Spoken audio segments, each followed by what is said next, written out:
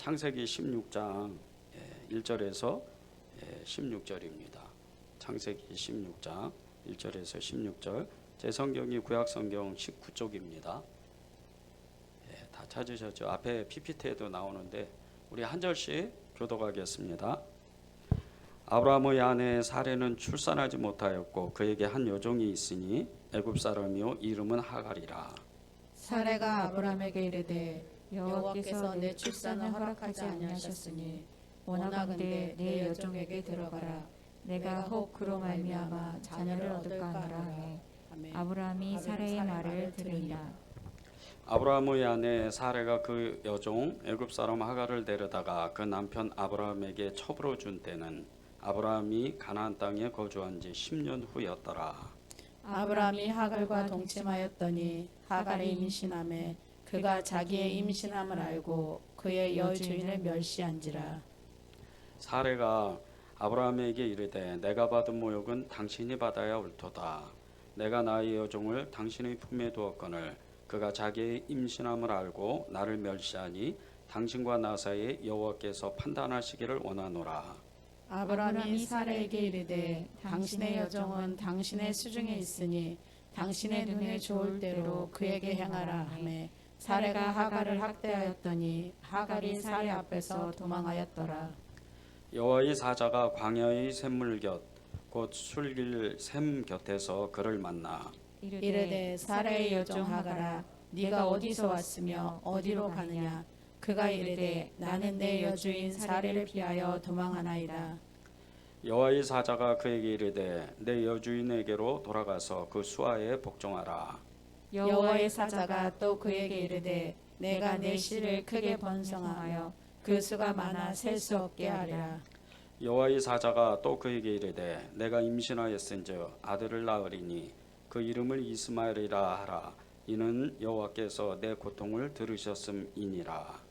그가 사람 중에 들나귀 같이 되리니 그의 손이 모든 사람을 치겠고 모든 사람의 손이 그를 칠지며 그가 모든 형제와 대행해 살리라 하니라. 하갈이 자기에게 이르신 여호와의 이름을 나를 살피시는 하나님이라 했으니 이는 내가 어떻게 여기서 나를 살피시는 하나님을 배웠는고 함이라. 이러므로 그 샘을 브엘라 헤로이라 불렀으며 그것은 가데스와 베레 사이에 있더라. 하갈이 아브라함의 아들을 낳음에 아브라함이 하갈이 낳은 그 아들을 이름하여 이스마엘이라 하였더라. 함께 읽겠습니다. 하갈이 아브라함에게 이스마엘을 낳았을 때 아브라함이 86세였더라. 아멘. 하나님의 말씀입니다. 사레의 이 조급한 마음, 이 사레의 조급함 때문에 이 아브라함 가정에 큰 이제 정말 불화가 일어납니다. 이때부터 정말 이 아브라함의 가정 그리고 아브라함을 비롯해서 이제 이삭이 야곱을 낳고 야곱이 12아들을 낳는 그런 이제 자자손손 후손이 수백만 명이 되고 나서 지금까지 이 아브라함의 후손과 이 후손들이 이 이삭의 후손과 이스마엘의 후손이 계속해서 분쟁을 일으키는 겁니다. 한 사람의 그 조급함 때문에, 한 사람의 그 기다리지 못하는 것 때문에 정말 온 가족이 큰 불화를 겪고 또 정말 이렇게 그 후손들이 너무나도 힘들게 지금 살아가고 있는 겁니다. 이 조급한 마음은 우리가 이 믿음으로 사는 것에 굉장한 걸림돌입니다. 우리가 믿음으로 하나님 앞에 순종하려고 할 때, 우리가 믿음으로 살아가려고 할 때, 믿음으로 애를 쓰려고 우리가 노력할 때 꼭 우리를 방해하는 것이 조급함입니다. 예수님을 믿으면 금방 뭔가 이렇게 내 삶이 달라지고 그리고 축복받는 것 같고 하나님의 은혜를 받으면 받을수록 또 주의 그 말씀이 내가 들리면 들릴수록 믿음이 생기면 생길수록 하나님께서 내게 큰 어떤 역사를 만들고 우리 가정에 정말 엄청난 그 일들을 정말 기적과 이적과 표적을 나타내는 그런 축복을 주실 줄을 우리는 믿고 있습니다. 그런데 조금만 시간이 지나면 조금만 우리가 어려움이 닥치게 되면 왜 이러지? 주님은 나를 사랑하시지 않는가? 이렇게 하나님 앞에 불평불만하면서 계속해서 조급한 마음을 갖는 겁니다. 이 조급함 때문에 하나님은 일하실 수가 없는 겁니다. 이 조급함 때문에 하나님은 우리에게 축복을 주시려고 다 이미 하늘의 문을 여시고 하나님이 다 준비를 하셨는데 그것이 계속해서 그 받지 못하고 우리는 인생의 삶을 다람쥐 쳇바퀴 돌듯이 계속 우리의 삶이 이게 헛된 삶을 살아가는 거죠. 그러면서 하나님 앞에 계속해서 원망하고 또 우리 자신이 스스로 하나님을 자꾸 멀리 떠나가는 그런 일을 계속하는 겁니다. 1절에서 3절을 이렇게 보겠습니다. 아브라함의 아내 사레는 출산하지 못하였고 그에게 한 여종이 있으니 애굽 사람이요 이름은 하갈이라. 사레가 아브라함에게 이르되 여호와께서 내 출산을 허락하지 아니하셨으니 원하건대 내 여종에게 들어가라. 내가 혹 그로 말미암아 자녀를 낳을까 하노라 하며 아브라함이 사레의 말을 들으니라. 아브라함의 아내 사레가 그 여종 애굽 사람 하갈을 데려다가 그 남편 아브라함에게 첩으로 준 때는 아브라함이 가나안 땅에 거주한 지 10년 후였더라. 이 고대 사회에서는 이 여주인이 자녀를 못 낳으면, 특별히 아들을 못 낳으면 굉장히 이렇게 허물이 그에게 거의 그냥 죄인처럼 취급하고 너무 큰 허물이 되는 거죠. 그래서 이 사레가 아직 사라가 아닙니다. 사레가 자신의 여종이었던 이 애굽에서 창세기 12장에 나오죠. 애굽으로 이제 피했다가 그래서 애굽에서 얻은 이 하갈을 아브라함 남편에게 줍니다. 그리고 그 하갈을 통해서 아들을 낳으면 자기 이름에 올리고 그리고 이제 아브라함의 후손을 이으려고 했던 거죠. 고대 사회에서는 이 종이 아들을 낳으면 그 여주인의 아들이 됩니다. 그래서 그런 마음으로 이 사레가 아주 정말 이 아브라함을 사랑하는 것처럼 또 아브라함을 위하는 것처럼 하나님을 위하는 것처럼 그렇게 하갈을 남편의 첩으로 주었는데 이것은 사실은 하나님의 약속을 기다리지 못했던 겁니다. 하나님의 약속을 아예 무시해버린 거죠. 창세기 12장 7절에 보면 아브라함에게 하나님이 내 자손을 이 땅에 내 자손을 주겠다. 그러니까 이 가나안 땅과 그리고 너로 인해서 수많은 후손들이 이 땅을 지배할 것이다. 다스릴 것이다. 그런 축복을 주셨는데 그것은 아예 그냥 무시해버린 거죠. 하나님이 하시는 일을 자기가 하려고 하는 거예요. 사레 자신이 하나님의 축복을 다 그냥 열심히 자기 마음대로 해보려고 했던 거죠. 이 조급한 마음 때문에 하나님은 이 아브라함에게 오랫동안 기다립니다. 아브라함이 75세에 하나님께 부름을 받았는데 그가 제대로 훈련받은 것은 사실은 40년 후입니다. 100세가 돼서 하나님께 부름을 받은 지 25년이 돼서 그는 이제 이삭을 낳습니다. 그리고 이삭이 한 15살쯤 돼서 모리아산에 창세기 22장에 나오죠. 모리아산에 가서 하나님께 바치는 그때까지 그 시간이 40여 년 됩니다.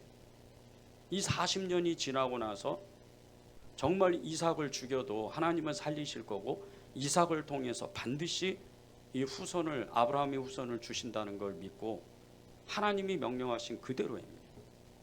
그대로 수행하는데 하나님은 그를 그때부터 정말 너는 나의 마음과 합한 사람이다. 그때부터 칭찬을 받는 거예요. 무려 40년이 지나고 나서 이 아브라함이 하나님의 사람으로서 하나님의 부름을 받은 사람으로서 그때부터 믿음의 사람이 되는 거예요. 이렇게 믿음에 훈련하는 것이 오래 걸립니다. 그런데 그것을 방해하는 것은 조급함이라는 거예요. 이 조급함의 단어를 사전적 의미에서 이렇게 찾아보면 참을성이 없이 몹시 급하다는 뜻이랍니다. 참을성이 없이 몹시 급한 마음, 이것이 조급함이라는 거예요. 그런데 이 조급한 마음이 이루고자 하는 욕심은 많으나 몸은 게으르고 이루기 위해 실천은 더디하고 그리고 정말 게으를 때 그럴 때 생기는 마음이라는 거예요. 마음의 욕심이 가득해가지고 하나님의 일을 자기가 마음대로 하려고 하니까 하나님께서 기다려라 인도하실 때 그리고 하나님이 천천히 역사하실 때 그것을 내가 순종할 수 있는 마음의 결단이 있고 믿음의 삶이 있어야 되는데 그렇지가 않다는 거예요. 마음의 욕심 때문에 하나님이 내가 하나님을 믿었으니까 내가 예수님을 믿었으니까 나는 축복받아야 돼. 내 사업도 잘 되고 돈도 잘 벌고 환경도 빨리 좋아지고 빨리 성공해야 돼. 사람들한테 인정받아야 돼. 이런 마음의 욕심이 조급함을 만든다는 거죠.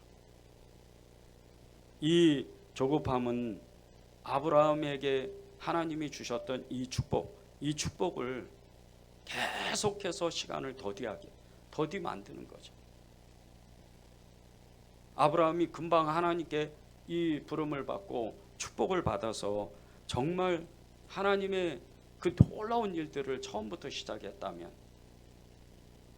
그랬다면 아마 400년 동안 이 이스라엘 민족은 애굽에 가서 살지 않았을지도 몰라요.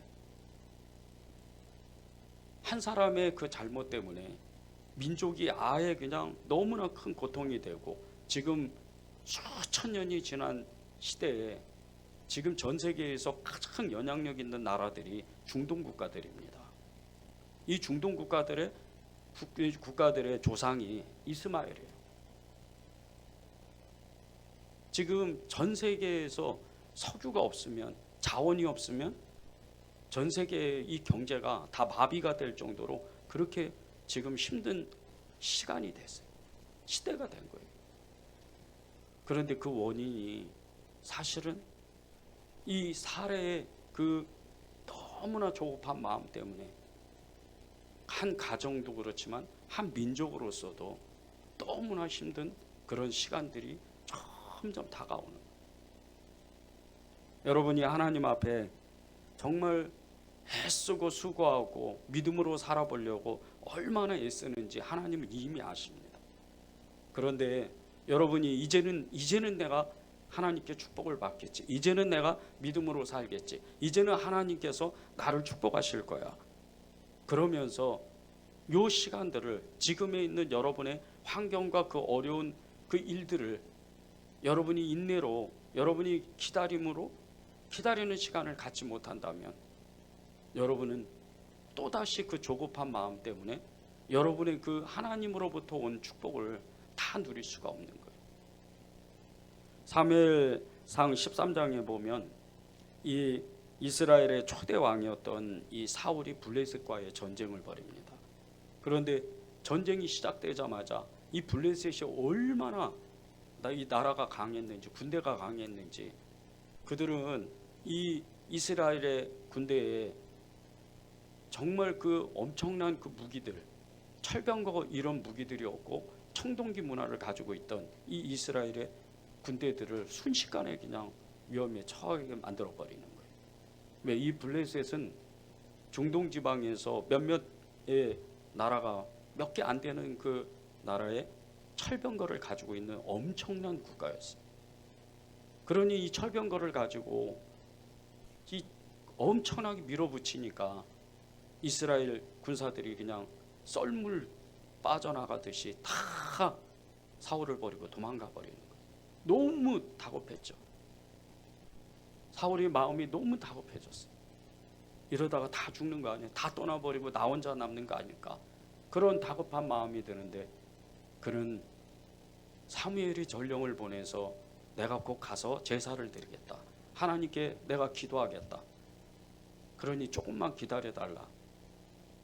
이 말을 무시해버리고 제사장만 제사를 지려야 되는 그런 하나님 앞에 제사장만 제사를 드려야 되는데 그 말을 아예 무시하고 혼자 제사를 드려버려요. 마음이 얼마나 조급했어요. 이 일 때문에 나중에 전쟁에서 이깁니다. 그 아들 요나단이 블레셋 군대를 대부분 물리쳐요. 그 전쟁에서 이기지만 이 사울은 하나님께 버림을 받아요. 그 조급한 마음 때문에 기다리지 못하고 그거 조금만 이틀 3일만 기다리면 하나님이 그를 축복하실 텐데 그 조급한 마음 때문에 너무나 어처구니 없게 하나님께 버림을 받는 거예요. 이 사례의 실수를 보면서 우리의 믿음이 어떤지를 잘 보셔야 돼요. 우리에게는 혹시 조급한 마음이 없나? 우리에게는 하나님만 쫓아갈 수 있는 그런 마음이 있는가? 나의 믿음이 나 중심적인지 하나님 중심적인지 그 믿음을 잘 점검해야 돼요. 나의 믿음이 나 중심적이면 내 중심이면 그러면 조급한 마음이 생길 수밖에 없습니다. 뭐든지 내가 하려고 하거든요. 사사기 21장의 마지막 절에 보면요, 이스라엘의 왕이 없어서 백성이 각각 자기 마음대로 자기의 옳은 소견대로 행한다 그랬어요. 그러니 계속 우상 숭배하고 하나님 없어도 우상 숭배하면서 그 우상의 힘을 빌려가지고 인생을 살아가 보는 거예요. 그러니까 계속 고통이 임하는 거예요. 하나님이 또 살려주시면 또 우상 숭배하고 또 하나님께 부르짖어서 하나님 찾으면 다시 또 하나님이 살려주시고 또 우상 숭배하고 이렇게 자기 마음대로 사는 거예요. 그렇게 살다 보니까 나 중심적으로 살다 보니까 하나님의 역사를 제대로 본 적이 한 번도 없는 거예요. 진짜 하나님이 하고 싶어 하시는 일들, 여러분이 이 땅에서 복을 받고 이 땅에서 집을 사고 돈을 많이 벌고 좋은 환경에 승진하고 사업이 잘 되고 번창하고 성공하는 삶, 이게 진짜 여러분의 예수님 믿고 여러분의 진정한 행복이라고 생각한다면 여러분은 믿음을 잘못 가진 거예요. 예수를 믿어서 진짜 행복은 예수님 그분이 완전히 나를 다스리는 거예요. 완전히 나를 점령하는 거예요. 내가 밥을 먹어도, 내가 아침에 일어나도, 잠을 자도, 누구를 만나도, 어떤 일을 해도 내 생각과 마음과 나의 삶의 모든 실체는 예수님이 돼야 돼요. 그게 진정한 축복입니다. 24시간 예수님이 계속해서 나의 생각을 주장하고 다스릴 때 이 사람이 진짜로 구원받았다고 말할 수가 있는 거예요. 이 사람은 진짜 하나님의 사람이 된 거죠. 이 사람은 진짜 하나님의 뜻이 임하는 사람이 된 거예요. 이런 사람은 말한 대로 이루어져요. 성경의 모든 말씀이 그대로 이 사람을 통해서 나타나기 시작을 하는 거예요. 그런 사람을 성령의 사람, 예수의 사람, 믿음의 사람, 하나님의 증인이라고 그렇게 말하는 겁니다. 하나님의 중심적으로 사는 사람, 이런 사람은요, 자신에게 임한 하나님의 뜻을 정확하게 아는 사람이에요. 그래서 그 말씀에, 그 뜻에 온전히 순종하려고 애를 써요. 우리가 전도하고 선교하고 또 가난한 사람, 연약한 사람 도와주고 교회에서 봉사하고 믿음의 성도들, 형제들하고 정말 가까이 지내고 교제를 나누는 이 모든 것이 하나님 중심적이기 때문에 그래요. 하나님 중심적으로 이렇게 믿음으로 살게 되면요, 여러분이 늘 그 마음에 충만한 믿음이 있습니다.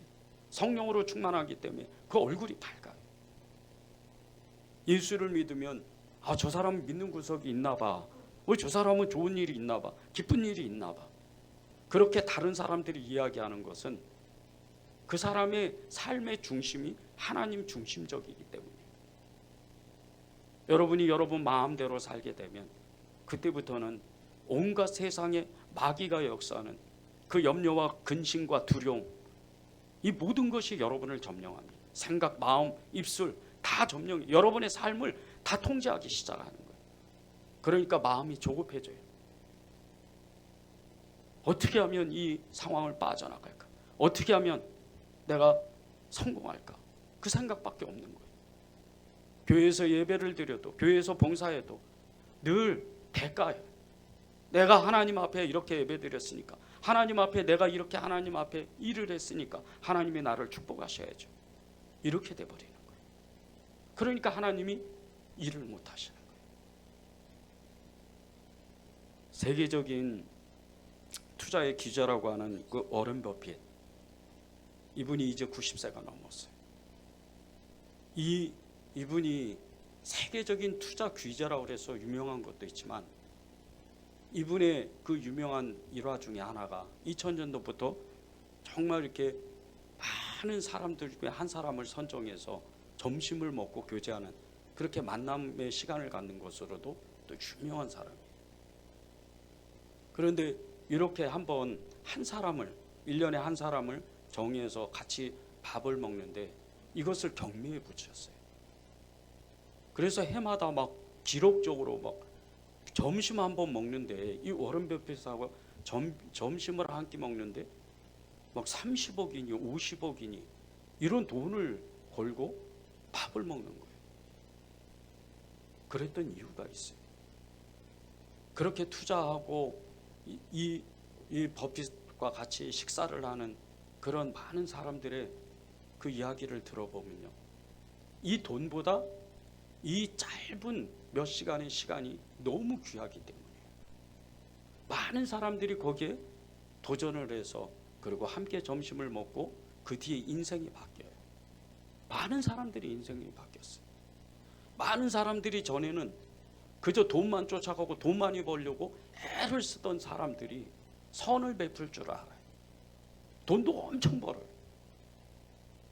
그런 많은 일화들을 남깁니다. 이 워런 버핏이 점심을 먹을 때 꼭 이 얘기를 해준답니다. 얼마나 돈을 많이 벌까에 관심을 갖지 마라. 얼마나 많은 좋은 일을 할까에 관심을 먼저 가져라. 단기간에 돈을 많이 벌라고 생각하지 마라. 아주 오랫동안 장기적으로 투자를 해서, 그래서 돈을 벌 생각을 해라. 그리고 한 번 투자하면 그 투자한 회사에 절대적인 신뢰감을 가져라. 이렇게 많은 좋은 조언을 해줬던 이 워런 버핏이 세계적인 다국적 기업들, 세계에서 가장 유명한 코카콜라나 질레트, 그리고 월트 디즈니 같은 이런 회사들의 최대 주주예요. 거의 CEO나 마찬가지죠. 이 사람이 그 돈을 다 뺀다면 그 회사들은 다 망할 거야. 그럴 정도로 투자의 규제예요. 그런데 이 워런 버핏이 이렇게 된 이유는 기다림이었어요. 오랫동안 기다리는 거예요. 처음부터 이렇게 부자가 되지 않았어요. 그는 지금도 자신의 고향에서 2층 집에서, 길가에 있는 그냥 2층 집에서 지금도 살고 있어요. 그가 타고 다니는 자동차가 30년도 넘은 캐딜락이에요. 그것도 원래 차가 없었어요. 하도 주위에서 차를 사야 된다고 해서 자기가 그렇게 좋아하는 맥도날드 햄버거를 먹으려고 그 차를 샀다는 거예요. 그게 차를 산 이유예요. 그럴 정도로 검소해요. 그런데 이 워런 버핏이 가장 자랑하는 그 한 가지가 기다림이에요. 오랫동안 기다림. 여러분이 하나님을 정말, 하나님의 역사, 하나님의 그 은혜를 기다릴 줄을 정말 안다면, 그 믿음을 갖는다면 여러분은 다 축복받게 돼 있어요. 성경에도 그런 인물이 나와요.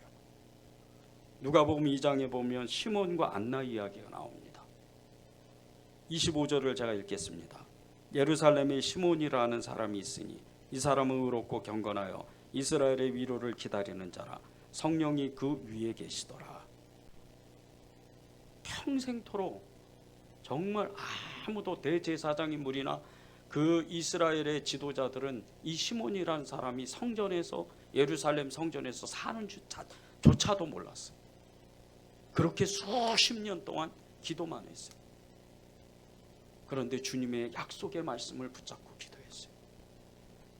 네가 메시아를 네 눈으로 볼 것이다.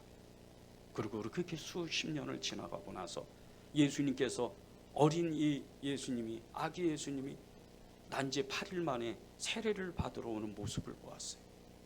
그리고 그는 성령의 감동을 받은 거예요. 그리고 그렇게 고백하는 거예요. 주제여 이제 저를 놓아주시는군요. 제가 주님의 얼굴을 보았습니다. 제가 메시아를 보았습니다.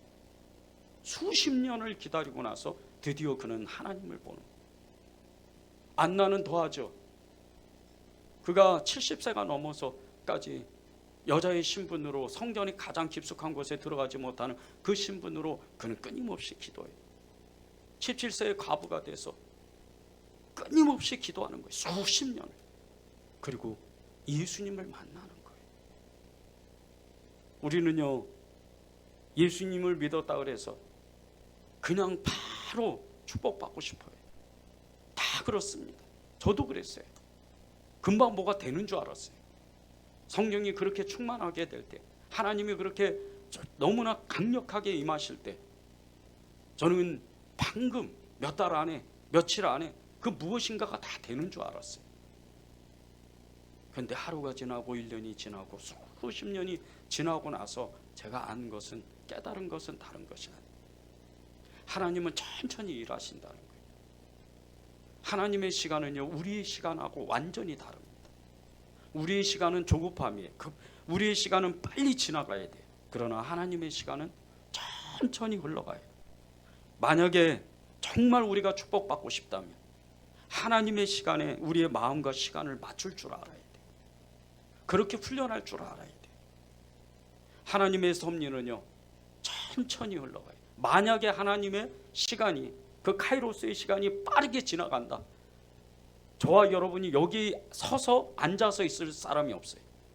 바로 가야 돼요. 우리는 하나님의 시간을 빨리 돌리기 시작하면, 하나님이 우리를 사랑하시니까, 우리를 너무나도 사랑하셔서 이 시간을 천천히 가게 만드는 거예요. 급할 거 없어요. 여러분이 이 땅에서 가장 크게 성공하고 수십억을 번다, 정말 명성을 얻고 큰 성공을 이룬다, 그러한들 하나님이 그날 밤에 주님께서 말씀하신 것처럼 그 부자가 또 다른 창고를 지은 것처럼 그날 밤에 내가 내 영혼을, 내가 오늘 취한다면 이 모든 재산이 누구의 것이 되겠느냐, 그렇게 말씀하실 수도 있다는 거예요. 그러나 하나님이 우리를 축복하셔서 우리가 더디지만 정말 천천히 가지만 하나님을 따라가게 될 때, 그분의 십자가의 길, 그분의 그 길을, 믿음의 길을 우리가 천천히 가게 될 때, 하나님은요, 우리도 모르는 사이에 하나님의 형상으로 우리를 만들어가요. 하나님의 수준에서 우리의 믿음을 계속해서 상승시키는 거예요. 그 어느 날 갑자기 우리의 눈이 열립니다.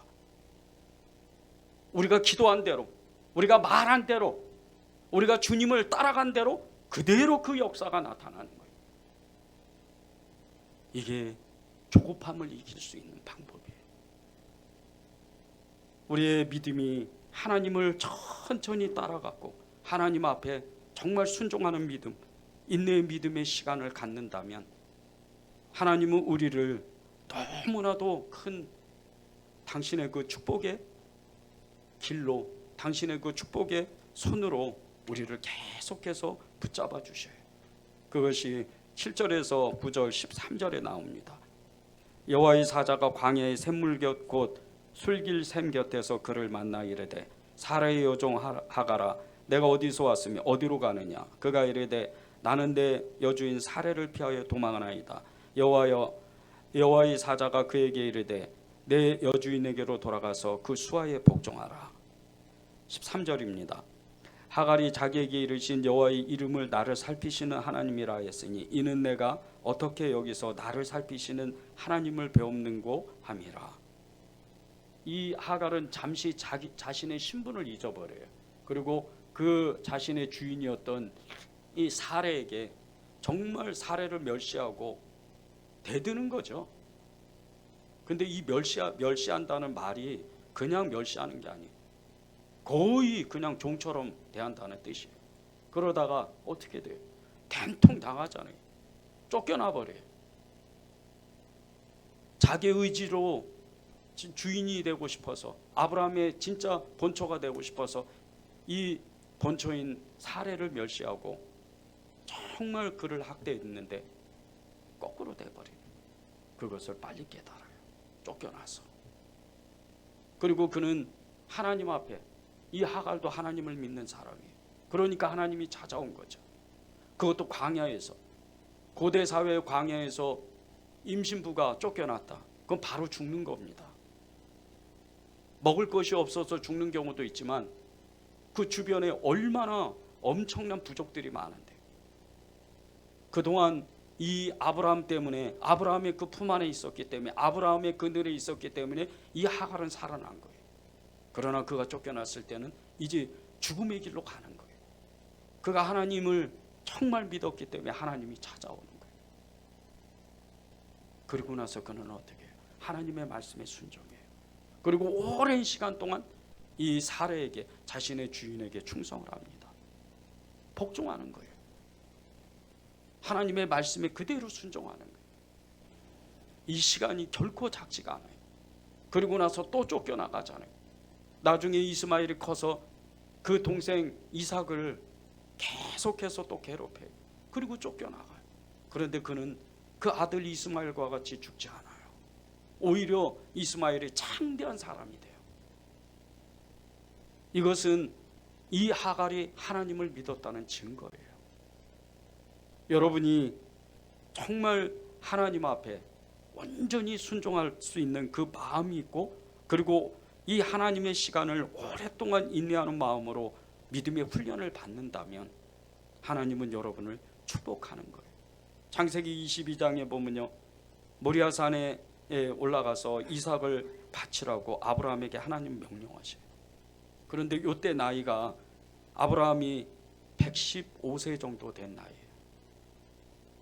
드디어 이제 하나님께 부름받은 지 40년이 지나가요.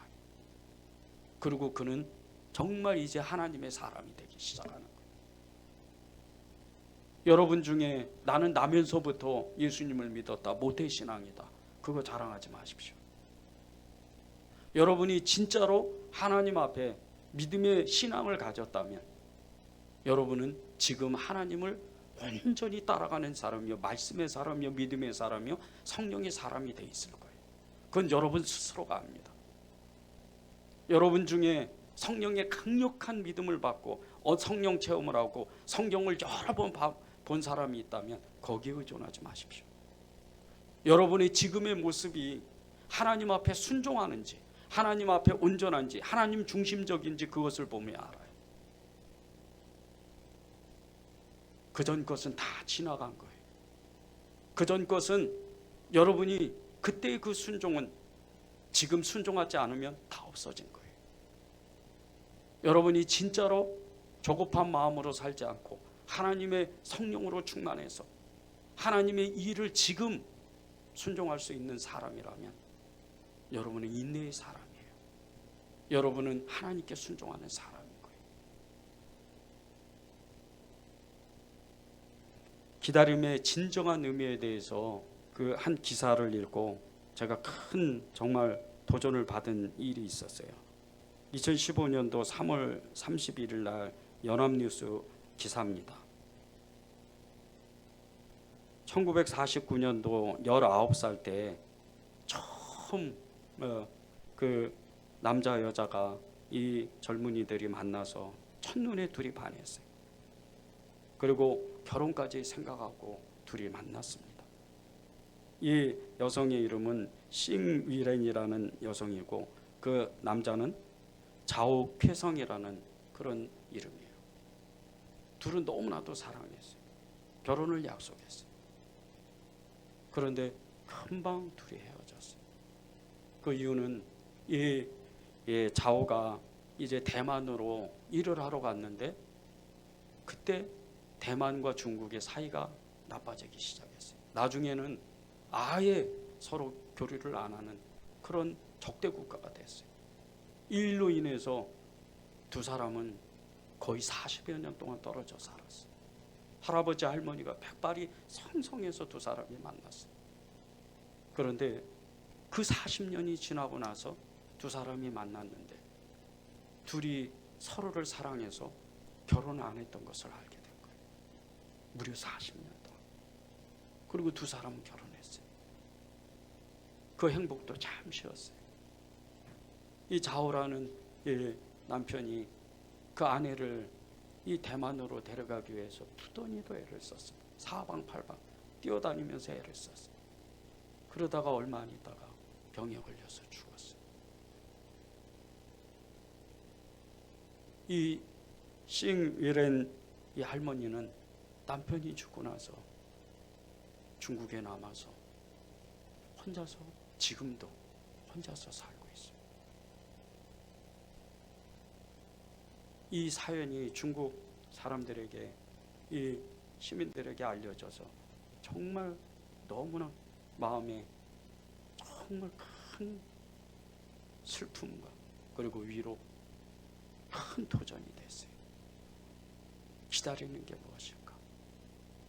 과연 오랜 시간을 어떤 마음으로 기다려야 돼요? 여러분은 예수님을 어떻게 믿고 계세요? 여러분이 믿는 예수님은 어떤 분이세요? 나에게 축복을 주시는 분? 내가 예수를 믿었으니까, 내가 하나님의 일을 했으니까 나에게 무조건 복을 주시는 분? 그분이세요? 아니면 그 어떤 것이 아무것도 나에게 주지 않아도 나는 그분을 사랑하고 그분을 쫓아가고 그분을 고백하는 그런 예수님이세요? 그 결단은 여러분에게 있습니다. 베드로전서 5장 6절을 읽고 우리 찬양하고 기도하는 시간을 갖겠습니다. 그러므로 하나님의 능하신 손 아래에서 겸손하라. 때가 되면 너희를 높이시리라. 하나님은 지금 우리에게 하나님 앞에 겸손하라고 말씀하세요. 그리고 그 겸손의 시간이 지나고 나면 하나님은 때가 돼서 당신에게, 우리에게 축복을 주신다는 겁니다. 그런 은혜가 여러분의 인생 가운데 가득하기를 정말 간절히 기도합니다. 우리 찬양하고